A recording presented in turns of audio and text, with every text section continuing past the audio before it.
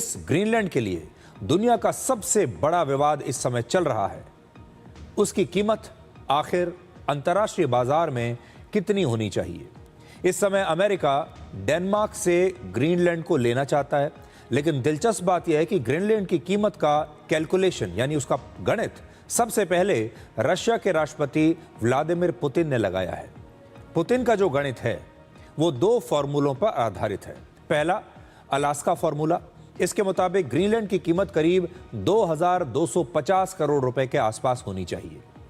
वर्ष 1867 में रशिया ने 64 करोड़ रुपए में अलास्का का पूरा इलाका अमेरिका को बेच दिया था और पुतिन ने उसी ऐतिहासिक डील के आधार पर ग्रीनलैंड की आज की कीमत लगाई है। और दूसरा फॉर्मूला है गोल्ड फॉर्मूला। इसके मुताबिक ग्रीनलैंड की कीमत इस समय करीब 9000 करोड़ रुपए बैठती है। इस फॉर्मूले में राष्ट्रपति पुतिन ने वर्ष 1867 में गोल्ड की कीमत यानी सोने की कीमत और आज की कीमत के आधार पर ग्रीनलैंड का अनुमानित मूल्य निकाला है। पुतिन के हिसाब से अलास्का फॉर्मूला में ग्रीनलैंड की कीमत बहुत कम है, जबकि जो गोल्ड फॉर्मूला उन्होंने निकाला है उसके हिसाब से ग्रीनलैंड की जो आज की कीमत है वो काफी सही बैठती है अंतर्राष्ट्रीय बाजार में। Если сравнить это со стоимостью приобретения Соединенными Штатами Аляски, то цена за Гренландию была бы где-то там 200-250 миллионов долларов. Если сравнивать с тогдашними ценами на золото, эта цифра была бы больше, наверное, к миллиарду. Но я думаю, что Соединенные Штаты потянут и эту цифру. А главное, что у Дании и Соединенных Штатов тоже есть свой опыт на этот счет. По-моему, в 1917 году Дания уже продала, а Соединенные Штаты купили Виргинские острова. तो अगर मान लीजिए ग्रीनलैंड की कीमत आज 9000 करोड़ रुपए के आसपास है, तो ये पैसा अमेरिका जैसी सुपर पावर के लिए आज कुछ भी नहीं है, बहुत मामूली अमाउंट है। हमारे देश में भी आयुष्मान भारत जैसी सिर्फ एक योजना पर 9400 करोड़ रुपए खर्च होते हैं। यानी अगर हमारे हिसाब से आप देखें तो आज ग्रीनलैंड की जो कीमत है वो लगभग उतनी ही है जितना पैसा हम आयुष्मान भारत योजना पर खर्च करते हैं। लेकिन सवाल यह है कि अगर अमेरिका ने ये 9000 करोड़ रुपए खर्च कर भी दिए, डेनमार्क को दे भी दिए, तो उन्हें इसके बदले में क्या मिलता है? अमेरिका को ग्रीनलैंड में अपना एयर डिफेंस सिस्टम लगाने के लिए एक शानदार लोकेशन मिलती है। यह सिस्टम अमेरिका को अपने दुश्मनों की मिसाइल्स, ड्रोन्स और दूसरे हवाई हमलों से बचाएगा। उदाहरण के लिए रशिया की राजधानी मॉस्को से लॉन्च की गई कोई मिसाइल सिर्फ 26 मिनट में 7800 किलोमीटर दूर अमेरिका की राजधानी वॉशिंगटन डीसी तक पहुंच सकती है। लेकिन अगर ग्रीनलैंड में अमेरिका का मिसाइल डिफेंस सिस्टम तैनात हो, एयर डिफेंस सिस्टम तैनात हो, तो सिर्फ 11 मिनटों के अंदर ही इस मिसाइल हमले को या तो रोका जा सकता है या इस मिसाइल को हवा में नष्ट किया जा सकता है। यानी अमेरिका लगभग 15 मिनट पहले किसी भी हमले पर यह एक्शन ले पाएगा। एक अनुमान के मुताबिक ग्रीनलैंड में करीब 15 lakh ton rare earth minerals भी है और इसकी अनुमानित कीमत लगभग 17 लाख करोड़ रुपए है।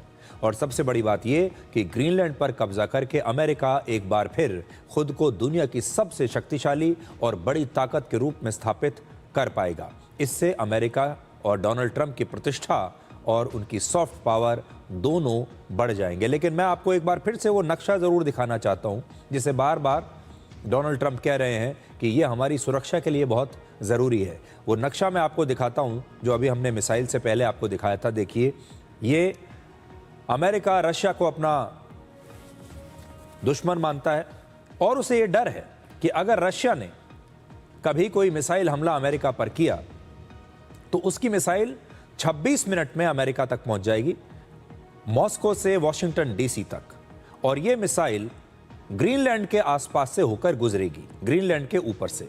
और अगर रशिया ने ऐसा हमला किया और उस समय अमेरिका का एयर डिफेंस सिस्टम ग्रीनलैंड में तैनात है, तो फिर अमेरिका इस मिसाइल हमले को बहुत जल्द,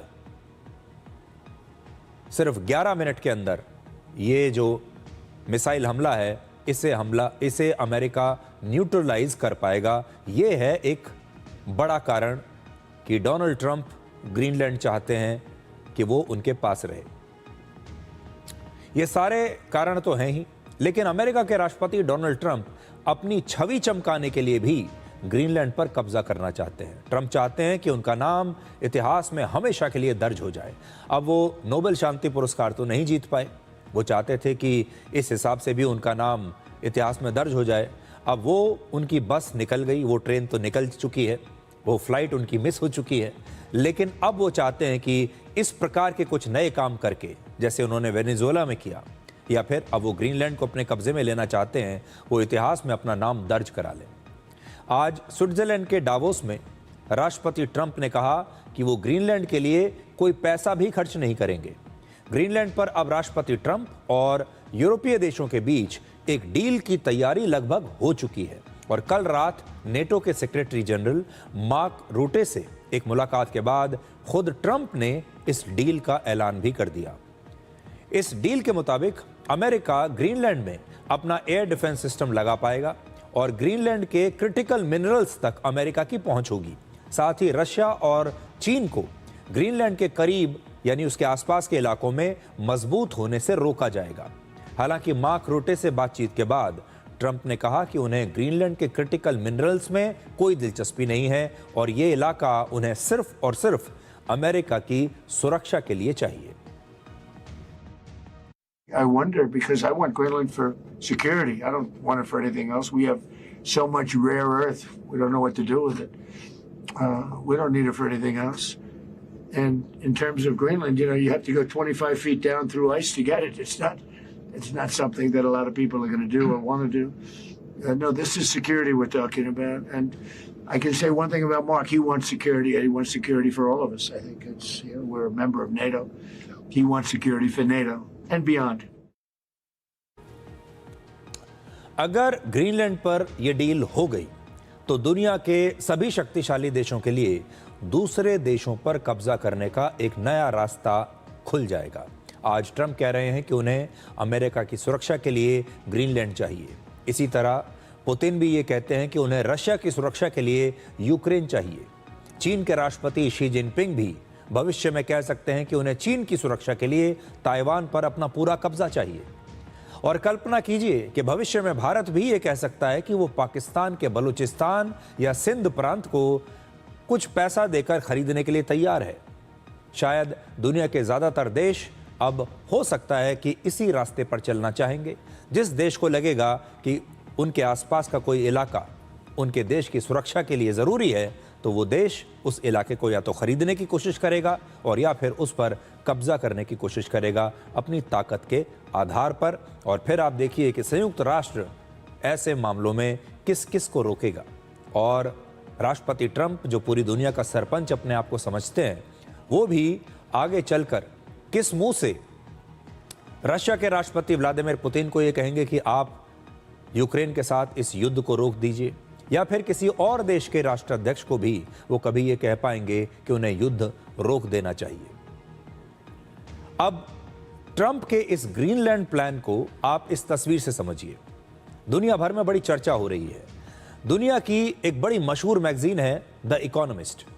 इस मैगजीन ने अपने कवर पेज पर राष्ट्रपति ट्रंप की ये तस्वीर प्रकाशित की है, जिसमें वो बिना शर्ट पहने हुए एक पोलर बेयर पर बैठे हैं। और ये पोलर बेयर ग्रीनलैंड और आर्कटिक इलाके का प्रतीक है। इसका मतलब यह है कि ट्रंप अब इस इलाके पर अपना नियंत्रण करना चाहते हैं। वो इस पोलर बेयर की सवारी करना चाहते हैं। और कल डेवोस में ट्रंप ने कहा था कि वो ग्रीनलैंड को हासिल करने के लिए ताकत का इस्तेमाल नहीं करेंगे। लेकिन जो ग्रीनलैंड के स्थानीय लोग हैं, उन्हें ट्रंप के किसी भी बयान पर कोई भरोसा नहीं है। Well, like for me, it doesn't feel like everything is over just because a statement like that is out. So I still feel like everything can happen. So it's only up to time. Time will tell what happens. I do think that he still really wants to take Greenland. But again, I try not to think too much about it because it can be so consuming and it takes over like your everyday life if you think too much about it.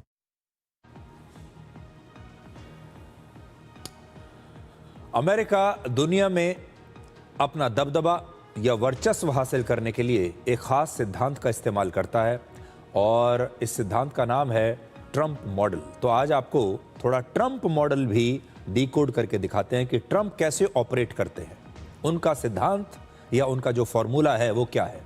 तो देखिए, सबसे पहले राष्ट्रपति Trump युद्ध की धमकी और बड़े बड़े बयान देते हैं ताकि सामने वाला देश अपने आप ही दबाव में आ जाए, इतने बड़े बोल बोलते हैं। फिर यूरोप के देश आपस में एकजुट होकर नियमों और अधिकारों की बात करते हैं और कुछ सांकेतिक कदम उठाते हैं। सीधे ट्रंप से बातचीत की कोशिश होती है क्योंकि उन्हें व्यक्तिगत तौर पर जब उन्हें मनाया जाता है तो ये उन्हें बड़ा पसंद है। ट्रंप चाहते हैं कि जब भी कोई बात हो तो लोग सीधे उनसे बात करें और उन्हें मनाएं, ये उन्हें बहुत बड़ा अच्छा लगता है। और इसके बाद कुछ मध्यस्थ नेता या देश बीच का एक रास्ता निकालते हैं और फिर एक डील की तैयारी हो जाती है। और आखिर में बिना किसी युद्ध के ही, एक भी पैसा खर्च किए बिना, एक भी गोली चलाए बिना, मिसाइल चलाए बिना, राष्ट्रपति ट्रंप को उनकी मनपसंद डील मिल ही जाती है और दुनिया को यह संदेश जाता है कि नई विश्व व्यवस्था में दबाव और ताकत ही सबसे बड़ा हथियार है और जो शक्तिशाली होते हैं उनके ऊपर कोई नियम लागू नहीं होता। और आज सबसे शक्तिशाली नेता हैं अमेरिका के राष्ट्रपति डोनाल्ड ट्रंप। ये तस्वीर डोनाल्ड ट्रंप पूरी दुनिया को दिखाना चाहते हैं। आज डावोस में जर्मनी के चांसलर फ्रेडरिक मर्ज के भाषण की बड़ी चर्चा हो रही है। उन्होंने अमेरिका का नाम लिए बिना कहा है कि जिस दुनिया में सिर्फ ताकत ही मायने रखती है वो दुनिया बेहद खतरनाक होती है। We must never forget one thing. A world where only power counts is a dangerous place. First for small states, then for the middle powers, and ultimately for the great ones. I do not say this lightly. In the 20th century, my country, Germany, went down this road to its bitter end. It pulled the world into a black abyss. आपको याद होगा कल Davos में ही Canada के प्रधानमंत्री mark Carney ने भी खुलकर अमेरिका की आलोचना की थी और उनके इस भाषण की भी पूरी दुनिया में बहुत चर्चा हो रही थी। और इसीलिए हमने आपको कहा था कि डावोस में एक प्रकार से यूरोप के बड़े बड़े देशों ने डोनाल्ड ट्रंप के खिलाफ विद्रोह कर दिया है और अब ये सारे देश सार्वजनिक मंचों से खुलकर सार्वजनिक रूप से डोनाल्ड ट्रंप की आलोचना कर रहे हैं, अमेरिका की आलोचना कर रहे हैं और वो कहते हैं कि अब यूरोप के ये देश अमेरिका के सामने इसके बाद नहीं झुकेंगे।